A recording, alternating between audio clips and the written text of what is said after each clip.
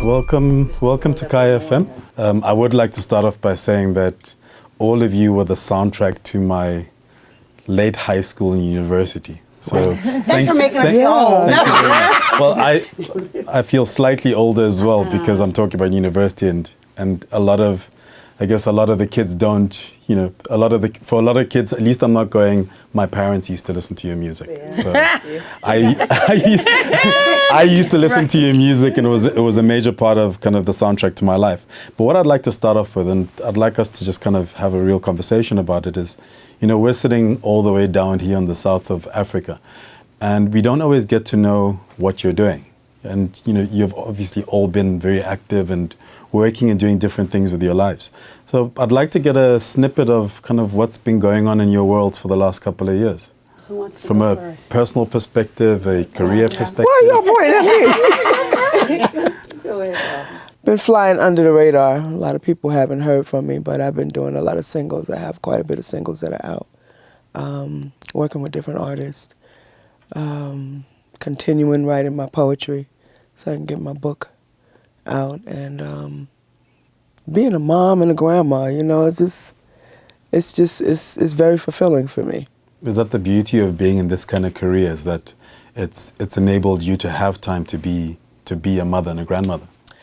It didn't naturally in the beginning. It didn't enable me to be a mom because I was away a lot, but I stayed in communication with my kids, and actually, I was pregnant with each of my kids while I was singing, so they were born into the career that I have.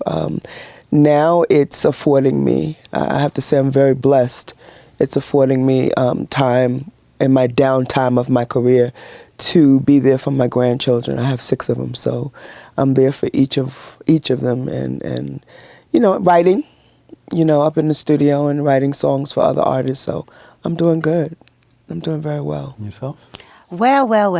Actually, I still do sing when I want to, because what was once my full-time gig is now just kind of the gig that I do when I just kind of have a heart to be back out on the road. I'm an administrator at a college, and I work in education, and I work with young people who have aspirations of being in the music business and or desire to be writers, because I think that there's power in empowering young people and encouraging them and motivating them, especially in the times that we live in. We've got to undergird them with a level of self-confidence that where they can walk out into the world and not feel threatened or feel as if their backs are up against the wall. I've got a new single on actually that's going to be on Baseline Records called Oh How I Love You, and just working on projects that are just kind of speak to my heart and speak to who Sybil is.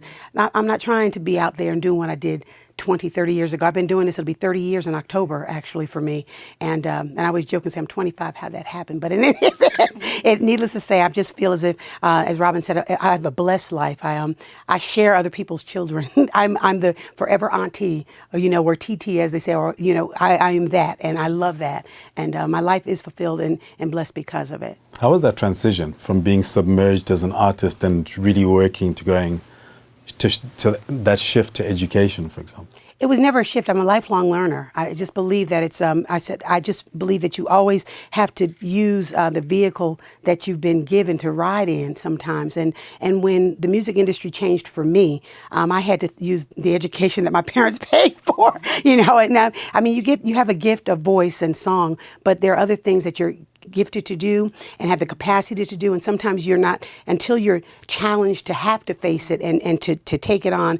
It's at that point it was when you just say, okay, you know what, I've got to submit and find something else that I'm good at, and I'm actually really good at what I do. I've won national awards and recognized president's leadership, so I love what I do, and I think that I'm successful in that realm too. And my students think it's pretty cool that they're like, Miss Sib, I saw your video.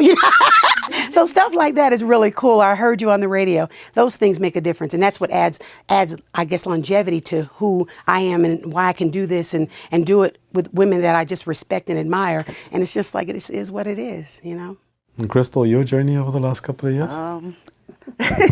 I've been busy. I still record a lot. Sorry, I saw your touring schedule, and it looks crazy. I'm very blessed. I look at it sometimes like, girl, you gonna make it? But I've been releasing songs that more as a feature with other DJs because the DJs kind of took over for a minute, and it's just easier to let them do all the work, basically. But so now I've been I've been writing the last year. I'm finishing up my album. I have a new single out, just came out a week ago, called Believe. It's doing really well, and I'm going to finish the album. This is my first album since 1997. I don't. It doesn't even feel like it, but you know, it is what it is. What prompted you to kind of go? You've been doing some singles over the years, and you've been touring. You've been working. Yeah. To go and actually produce an album. Well, it was, I work with these guys, and the deal was always, I do one for you, you do one for me. So I've always been like this gathering songs, gathering. Then one day I just sat down. I was like, oh, you got like 17 songs. Maybe now is the time. So I figure I'm going to narrow those down to like maybe 10. When I leave here, I got to go and I record like 4 more. And then I'm just going to narrow it down. I put it up on Facebook, so I have to keep my word. I'm going to finish it, and so I'm really excited about it. I think now house music is really, vibrant right now. It's lots of pockets that people really love it, and they like it because it's unique, and they know like we are like the original ones. So they kind of like the idea of the pioneers coming back and doing stuff. So I like that pioneers. That was nice. yeah, You yep. And CeCe, I Where all see that you've EDM also came been from, you've also been really, really busy and kind of doing different things from gospel and looking to record albums. Where are you with your music and just your life in general? I'm blessed that this year is the 25th year anniversary of Finally. So before the year is out, I still have the Finally outfit in my closet. No, for real. I still have the album from 25 years ago with the little pedal pants and the shoes and the hat, all that from the album. So I said I was going to do a duplicate of Finally video 25 years later, just for like fun, just to let people see, like, in the beginning, the first half of the video is like what used to be, and then bring them into 2016. Been in the studio a lot, been traveling, blessed to still be able to perform and do what I love to do. Did a reality show, Celebrity Wife Swap. Did Unsung recently. Just got inducted to the Hall of Funk in Dayton, Ohio. So I was really blessed to have that and video nomination. I didn't win, but I was nominated. Is Unsung the TV One series? Yeah, the TV One series. I love that. We don't get it here, but I've been able to find over the years just random episodes online, and it's beautiful the way they do it. I like that because I feel like it gives people a chance to understand you as a real person and maybe some of the struggles that you've been through and have them connect with you in that way. So that was one of the reasons why I did that. And it's been like a really good thing for me. Recently, like over the past, like last year, 2014, I did a fitness competition. I was doing bodybuilding, and I'm getting ready to do another one. I got to get back in. I'm in the gym, but to that degree is different. So I want to do another one, do a workout videotape to like all my music that I have, because I said, what would be better than the Finally girl kind of fluctuating up and down, getting on a meal plan and having it right, and then doing a workout video to actually show, hey, I'm in shape. I did the work. And are we gonna be in your video? Come on, let's do it. Come on. I am not opposed. They would really love that. All of us in one workout video, they would really love that. I was actually watching a clip where you're talking about a swimsuit line. Yes, I was doing this called It's So Unique. I did like 4 fashion shows like last year, and I'm still continuing that. But I've been on the road so much, to me, I want to make sure I get some more designs, because some of the stuff is one of a kind, a lot of the stuff is, and then other stuff is like, it's kind of one of a kind, but just like in different colors or a slightly different style or whatever. So I'm just fine tuning that, because when you're trying to do that kind of business, I was just like, I'm going to do it. And then you start getting into it and trying to do the boutique and trying to do all kind of different stuff. And you find like the things that work and don't work. So in between being an artist and trying to, do that kind of business and, It's rough. Yeah, it's rough. different. It's so rough. you find out what works, doesn't work. So it's just on hold. It's not a stop. So I said at the end of the year, when I slow down a little bit, I'm going to create some more designs and stuff like that. So, and I also work with kids too.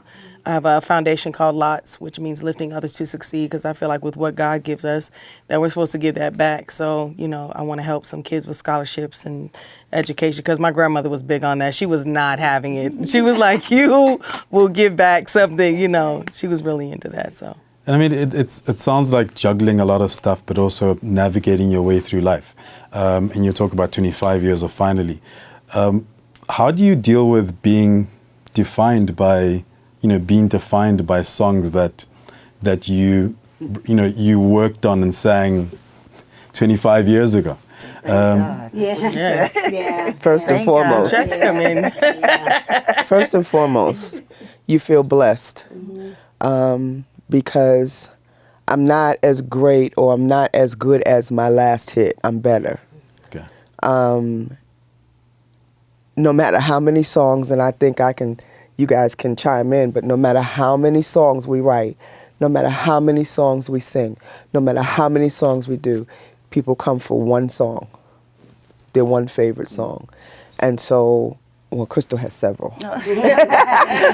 I always say it's like CeCe has Tina several. Turner. She's gonna sing I've had "Rolling several. on the River" until she dies. So it's no matter what we do, we are defined by that. But we have been blessed to entertain over the years, and longevity has its place, in our lives. It definitely has its place in our lives, and I know I feel blessed, and I know they feel blessed. We've all been on shows before, and it's not a conversation that's a dead conversation for us.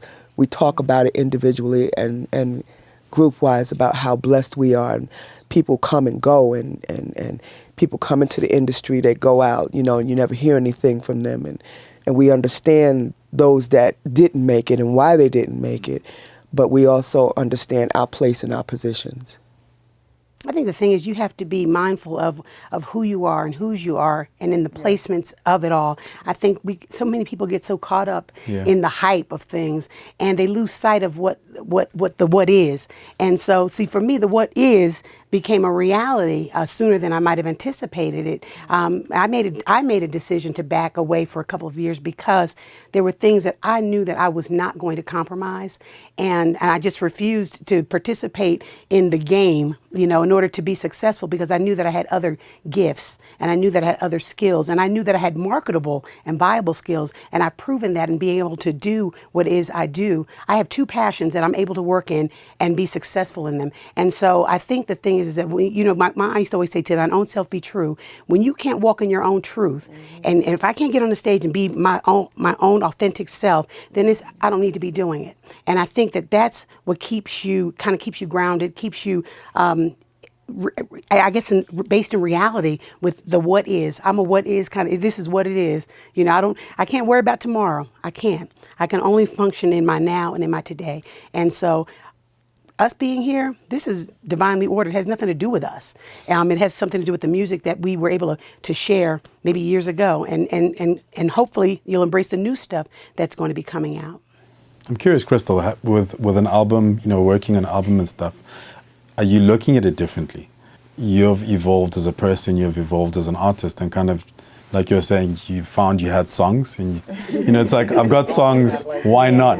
As opposed to, I think, when you're younger, which is, I really want to get into this industry, and in this day and age, it often feels very shallow and very surfacey, where people are looking for the fame, etc.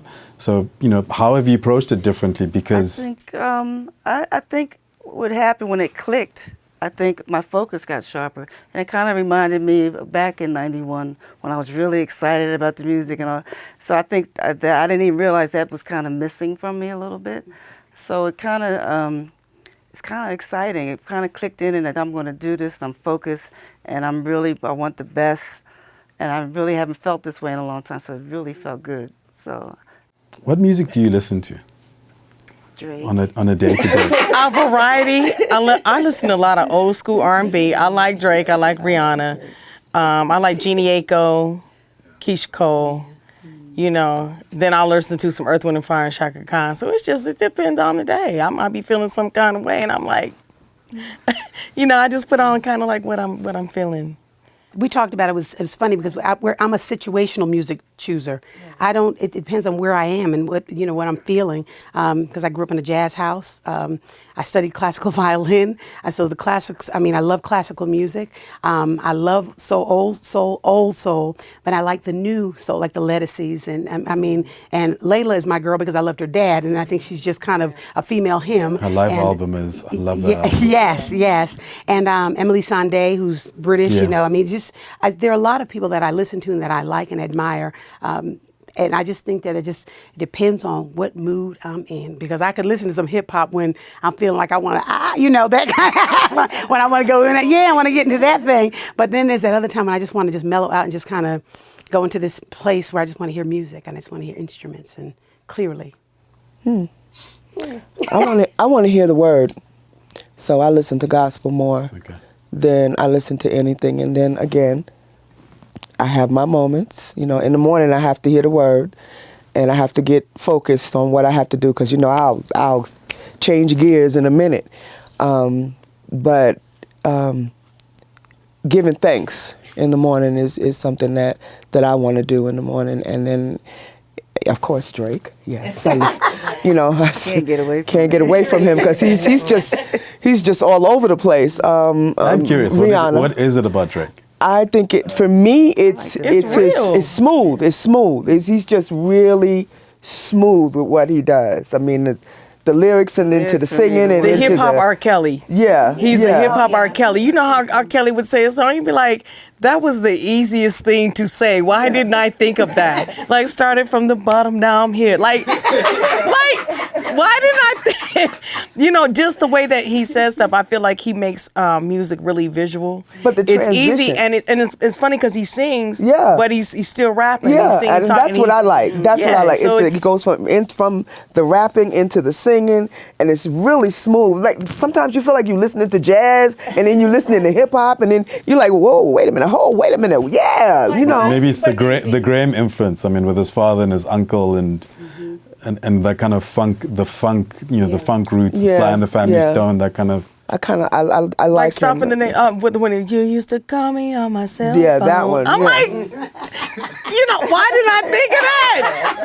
Like Erykah Badu, I'm gonna make you put your cell phone down. It's like songs like that are so classic. It's like he does stuff, but in a way, like musically the beat is dope, and then his interpretation, everything is the singing and so he just got it going on. Yeah, and I'm with her with the Layla Hathaway and the Lettuces and that kind of stuff, and then I'm with CeCe with the Keisha Cole, and it depends on how I'm feeling in that time of day. Up-tempo. Yeah, you gotta be up-tempo. I'll get in the gym and listen to. But I will slow listen to music some. sometime. I will listen to some house. Go to the salon and house all and like garage. slow stuff. Because that was my next question in terms of, I mean, as you are pioneers in this space, your thoughts on house today, particularly now sitting in a country that is one of the top markets, both in terms of producing as well as in terms of consuming house music in the world. I would say this, like, especially, even with the EDM and stuff, it's like I hear like Calvin Harris, I hear David Guetta, all them. I'm like, why you're not working with us? They're switching over. You know what I'm saying? It's like different. It's like, you would expect, you want them to work with people that are, the music is there's no words. Like, I'm just saying their interpretation is great as far as musically, but it's like, what would be greater than us who are the vet and then coming in with somebody new and mixing those Absolutely. all together. And like you said, it's like EDM. And now it's back into house. Dance music. It's like, I'm in. We're in right now. Well, It's just dance music. Well, see, here's my theory, okay? And I'm sorry. This is just the way. I love theories. It's so always please. going to be. I'm always going to, call it what it is, okay? The pink elephant in the room. Here it is. Why gotta be pink? I don't know, purple, yellow, green. But we weren't house artists, original house artists. Weren't really given the respect, okay? And when the DJ started playing our music, it was like, okay, they're playing it, we're dancing to it. But then, and I love my R&B artists, okay? But we weren't given the respect by our peers in that genre of music, because it was said that we couldn't really hold our own or do what they could do. I beg to differ with that. But now, since the R&B artists are using our music and getting awards and being noticed and recognized for Best Dance Artist in awards, now it's okay to have house music playing all over the place, because now everyone else has embraced it. It takes everyone else to embrace it to do what we've been doing for years.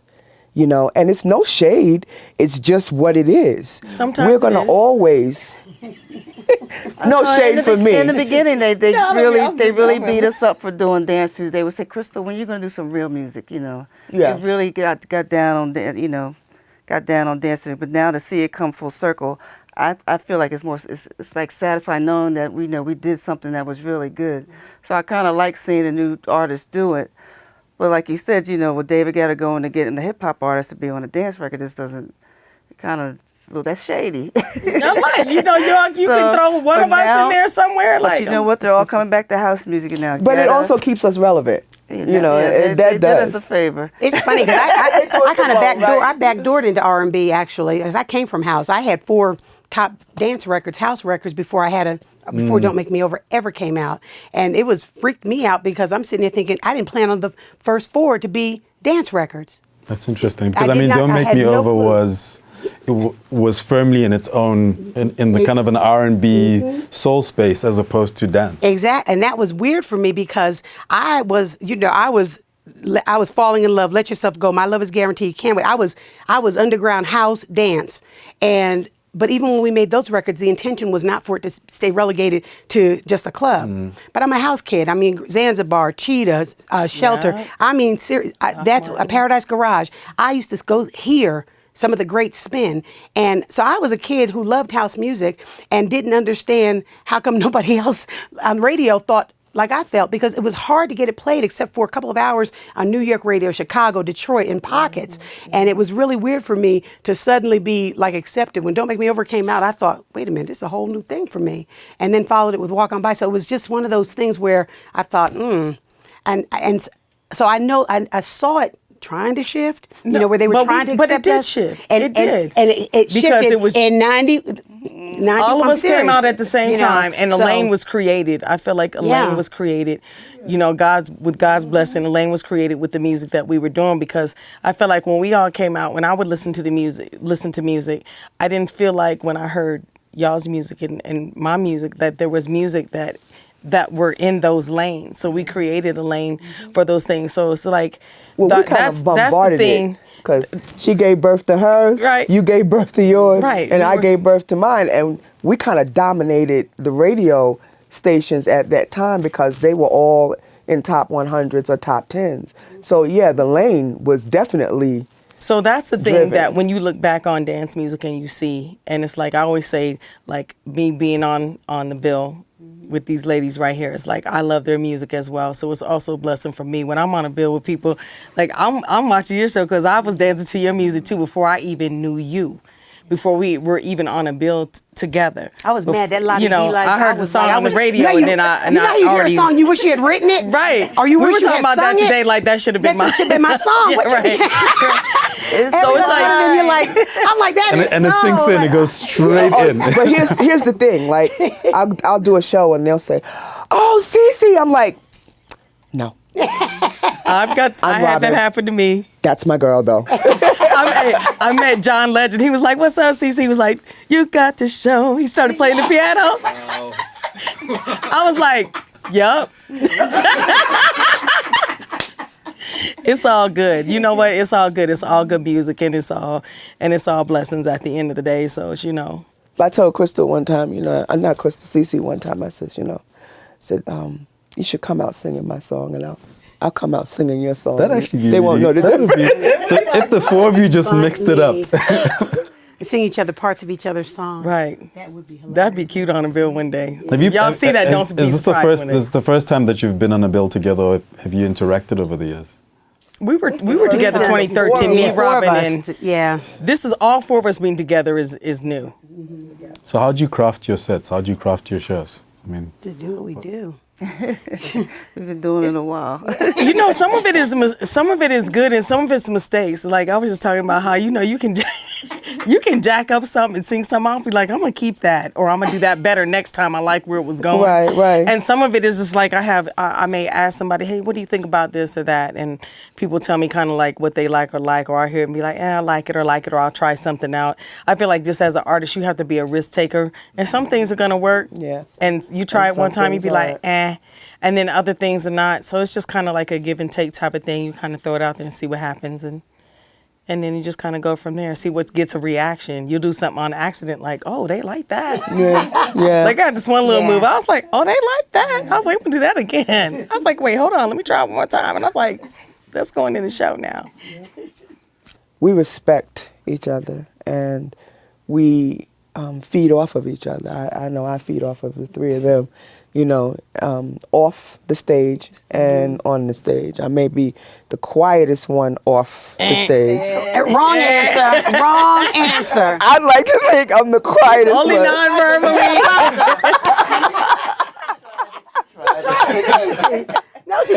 But like I said, Like that. No. La-da-dee-da-da. no, actually, Crystal is the quietest one. I think she's the quietest one offset.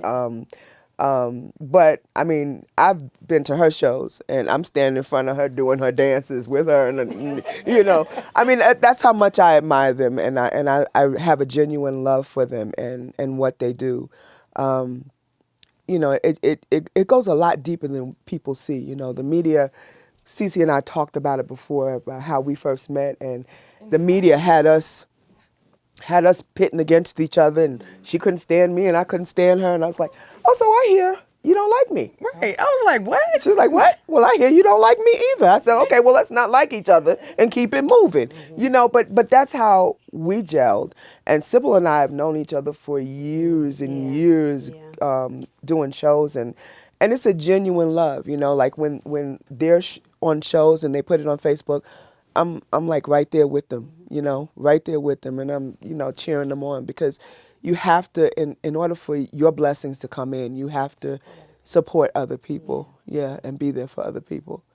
It does nothing. I mean, it takes nothing away from you to be okay with saying, I'm proud of you, or, you keep it up, and supporting. It takes nothing away. And I think that if more people recognize that, we would probably do a lot better. I think it's just that crabs in a barrel thing sometimes is a monster. And but one of the things I will say is this, is that I can honestly say, when I have written something or posted something, I will get a phone call from this one. And it's like, I said, but you all right? Because it's like she could tell something's going on. And I think the thing is that there is a real camaraderie, a real sisterhood. And I think because we've been through stuff. When you've been through stuff, on your own, have been through stuff, and the ups and the downs, you've got stories to tell, stories to share, and what you've got most of all is a respect for what one another have gone through. And see, I have not met Crystal. I know her, and I know her records, okay? Because trust me, I was trying to, I was trying. I promise you this. And but one of the things I will say is that I feel as if we have been afforded platforms that only God could have created for us, and outlets that only someone greater than ourselves could have even presented before us. Because who would have thought that 20 plus years, I'm going to say from 20 plus years later, that we'd be doing this and still be able to do it, okay? Still be able to do it. Now, my bones, they a little older than 20, but you're 25. But, they may, I never, stop it. But, but the thing is that we still have a heart to do it. And when I've seen each one of them in different situations performing, whether it's visually, I've been able to check in, I'm like sitting there thinking, I want to slap you, But I appreciate and respect who they are and what they offer up to a real sisterhood of women who, and there are more that could be sitting here with us. Absolutely. Not a lot more, but there are more. And they'd probably say that have the same stories. And so we're just thankful. I know that I'm thankful. I can speak for me, but I feel the heart of who they are. And I think that I can speak for them and say that we just feel thankful, Absolutely. People were really excited. Like when I posted up on social media, they were like, y'all need to bring this to the US. I was reading the comments on all your They were pages, excited. I was like, everybody's going, when is this happening? When are you coming back to do this in the US? I did a Facebook Live and said, if y'all would just love us enough, then we bring this to the States, But we get a lot of love. Like people are asking me, you know, why are you calling her Chica? Because that's CeCe's my Chica, Crystal's my CW, and she's my Sib. And that's the way I address them all the time, and nothing changes, you know, nothing changes. Oh, we've had our behind the scenes laughs. Yeah, I can be a little bit of a ringleader sometime. And She's the youngest, okay? So you know what happens to the youngest. They're mischievous. oh, don't see Crystal sitting here like. I was gonna say, Crystal, look, talking about. They felt too much. She's like, don't be throwing me in anything. I have nothing to do with all of this. I was like, don't tell that story. It happens in Vegas stays. There you go. What happens on the road stays on the road. So we like to say. But it's all good. I've been to Vegas, and they say in this day and age, is kind of what happens in Vegas stays on social media. Right? Unfortunately, yeah. But I'd like to thank all of you. I'd like to thank all of you, first of all, like I said, being the soundtrack of many of our lives. I really believe that music does that. It serves as a marker in terms of your life. And I remember personal moments that come from hearing particular songs. So I'd like to thank you for that. I'd like to thank you for coming through. And I hope you guys have a wonderful show. Thank you. Thank you.